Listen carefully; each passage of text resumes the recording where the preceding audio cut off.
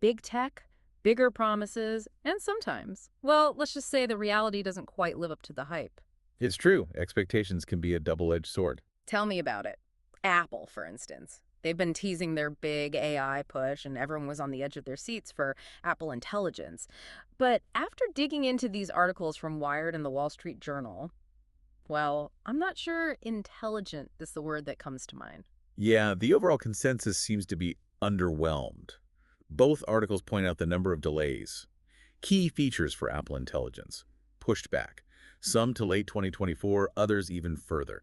Not exactly the grand entrance they were hoping for. And it's not just the timing. The rollout is, well, limited to say the least. Limited language support at launch, not great if you're not an English speaker, and the EU version. Thanks to regulations, it's going to be bare bones compared to what everyone else gets. Right, the Wall Street Journal article really goes into that data privacy, AI transparency. Apple's really walking on eggshells there. They're holding back some of the more advanced features for European users. Yeah. But you have to wonder, is it worth the risk? Alienating a huge chunk of your customer base right out of the gate. So, delays, limitations, not a great start. But Wired got a sneak peek at the image generation. And get this, they said it looks like tech that's 2 years old, not exactly cutting-edge AI. That's a tough look for a company like Apple. They've built their brand on being the innovators, the ones who define what's next. If their AI feels clunky, outdated, even for a second, people are going to notice, especially with the competition breathing down their necks. Speaking of competition, where does this leave Siri? Is our favorite voice assistant ever going to catch up to, well, everyone else's AI? That's the million-dollar question. The articles suggest maybe a quick integration with something like ChatGPT could be Band-Aid for now. But long-term, they'll need a complete overhaul. Siri needs a personality transplant, basically. It's true. It's 2024. I want to have a conversation with my AI, not just bark orders at it. Exactly. Context, learning, anticipation, that's the new baseline. Apple needs to catch up, and fast. Makes you wonder, bigger picture, is Apple losing its edge? What do you think? Whoa, hold on. Let's not write them off just yet, but this is definitely a stumble. And with foldable phones, new tech on the horizon, if Apple doesn't nail the AI experience there, Someone else will. 100%. New playing field, and right now they're playing catch-up. It ain't over till it's over, though, right? Never. That's the beauty of tech.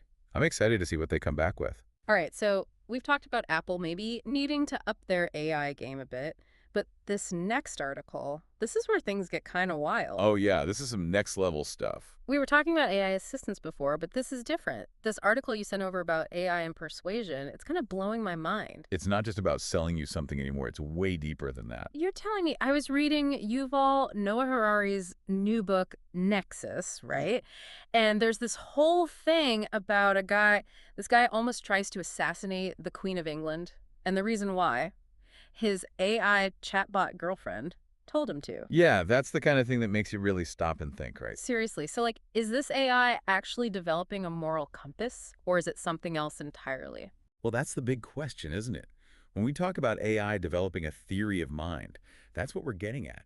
The ability to understand that other beings, humans, have their own motivations, desires, things that might be totally different from what the AI itself wants, if you can even call it that. So the AI is learning to get inside our heads, figure out what makes us tick. Exactly. And that's what makes it so powerful, so potentially dangerous. It's kind of creepy when you think about it, like all those hours we spend online arguing in the comments. Yeah. What if we're not even arguing with real people half the time? It's a valid concern, and it's only going to get more common as AI gets more sophisticated. We could be pouring our hearts out to bots, trying to convince them of things, change their minds, Yeah. without realizing it's pointless. Yeah. It's like that saying, arguing with someone online is like playing chess with a pigeon. No matter what you do, they're just going to knock over the pieces and strut around like they won. But now the pigeon is learning how to play chess. Sort of. Right, and it might even convince you to let it win. That's the real danger here. We're not just talking about wasting time. We're talking about the potential for manipulation on a massive scale. Okay, so we need to be careful what we say to our AI assistants. Don't want to give away all our secrets just yet.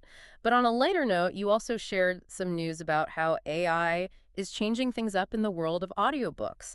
Something about Audible using AI to, like, clone the voices of professional narrator. Yeah, they're calling it a way to empower narrators, actually. Yeah. The idea is that by creating these AI clones, narrators can essentially increase their output. Instead of narrating one book at a time, They could have multiple books being narrated simultaneously by their AI selves. Wow. So more books, more royalties for the narrators. That actually sounds pretty cool. It does. But of course, there are concerns too.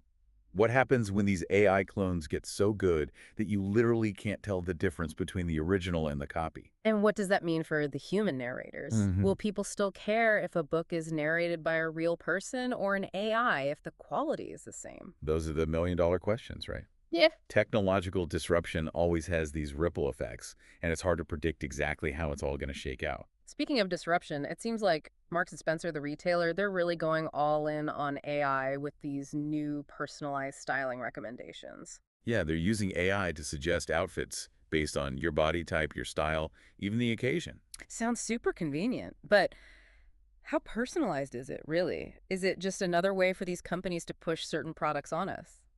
It's definitely something to keep in mind, right?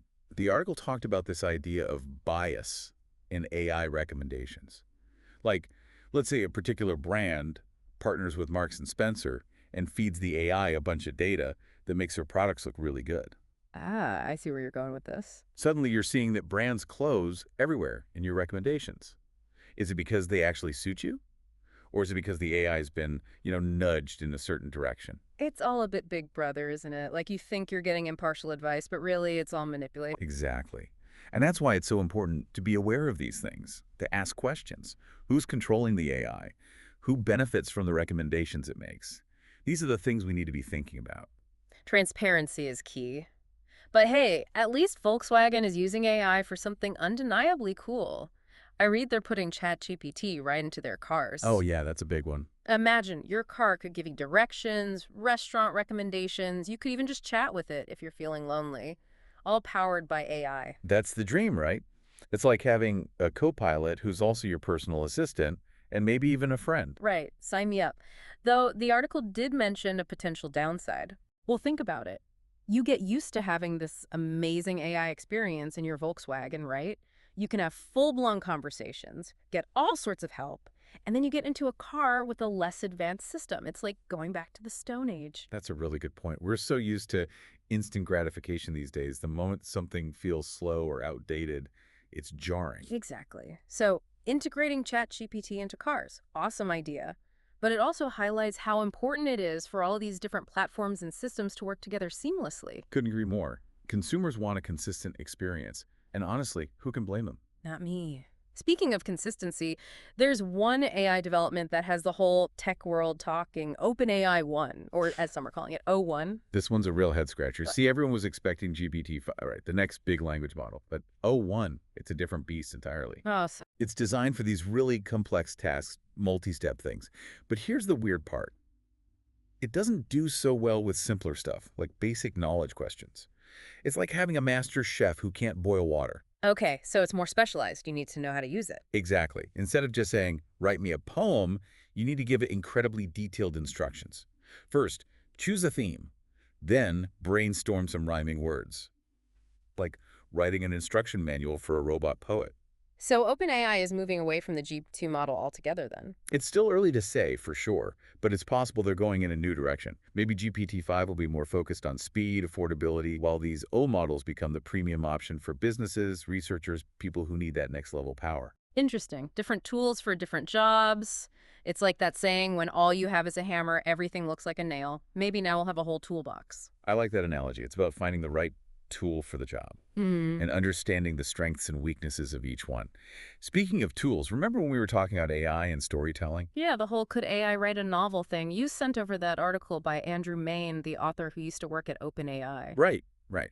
He seemed to think that once AI has been trained on a large enough data set of novels, it'll be able to write its own. He actually made a pretty convincing argument for it, too. He did. And he had that interesting idea about scaffolding. Like instead of just feeding the AI all these books at once, you train it step by step. First, teach it to generate premises, then characters, then outlines. You're basically building up its storytelling skills gradually. So you're saying instead of just throwing it in the deep end, you're giving it swimming lessons. Exactly. I kind of love that. So let's say, hypothetically, AI can write novels. What does that even mean for the future of creativity? If a machine can produce art, music, literature, what makes it different from what humans create? Now, those are the questions, aren't they? And I don't think there are any easy answers. It's something we're going to have to grapple with more and more as AI gets more sophisticated. It really makes you think, doesn't it? Like, what does it even mean to be creative anymore? You know? It's a question a lot of philosophers and artists are grappling with right now. No easy answers there. Definitely not. But hey, at least Volkswagen is using AI for something undeniably cool. I read that they're putting ChatGPT right into their cars. Oh yeah, that's going to be a game changer for And sure. imagine you're driving along and you can have a full-on conversation with your car, get restaurant recommendations, even just chat about the weather if you want, all powered by AI. It's like having a co-pilot who also happens to be an expert in everything. Right. Sign me up. Though the article did mention a potential downside, you get used to this amazing AI experience in your Volkswagen, right? Then you get into a rental car or something with a less advanced system. It's going to be a jarring experience for sure. Totally. Like going from a smartphone back to a flip phone. So integrating ChatGPT into cars, Yeah. awesome. But it also shows how important it is for all these different tech companies to kind of get on the same page. Absolutely. Consumers want a seamless experience, and honestly, I don't blame them. Speaking of consistency, there's one AI development that has the whole tech world talking. Mhm. OpenAI 1, or O1, as some are calling it. Yeah, this one's interesting. Everyone was expecting GPT-5, right? The next generation language model. But O1 is a different beast. Totally different. It's designed for super complex, multi-step tasks. But the weird part is, it's not as good with simpler things, like basic knowledge questions. So it's like having a master chef who can't boil water. That's a great way to put it. It's like O1 is this specialized tool. You need to know exactly how to use it to get the most out of it. So instead of just saying, write me a poem, you have to give it step-by-step instructions. Exactly. You're basically writing an instruction manual for a robot poet. So is OpenAI moving away from the GPT model altogether then? It's still early to say, but maybe they're going in a new direction. GTC5 will be the more affordable, user-friendly option, and these O models, they'll be the premium tools for businesses, researchers, people doing really cutting-edge stuff. Fascinating. It's like having different levels of AI for different needs. But all this talk about AI and creativity, it makes you wonder, where do we even go from here? What happens when AI can do everything a human can do, only better? That's the million-dollar question, isn't it? Yeah. And I honestly don't have the answer. But what I do know is that we're living in a truly remarkable time. AI is already changing the world in profound ways, and we're just getting started. It's both exciting and a little bit terrifying, right? Absolutely. But knowledge is power. The more we understand about AI, the better equipped we'll be to navigate the changes it brings. Couldn't agree more.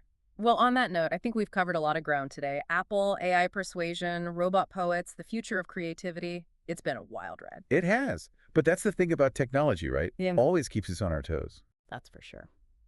All right, well, thanks to everyone for joining us on this deep dive into the world of AI. It's a topic we'll definitely be revisiting again soon. Absolutely. Until next time, keep asking questions and stay curious.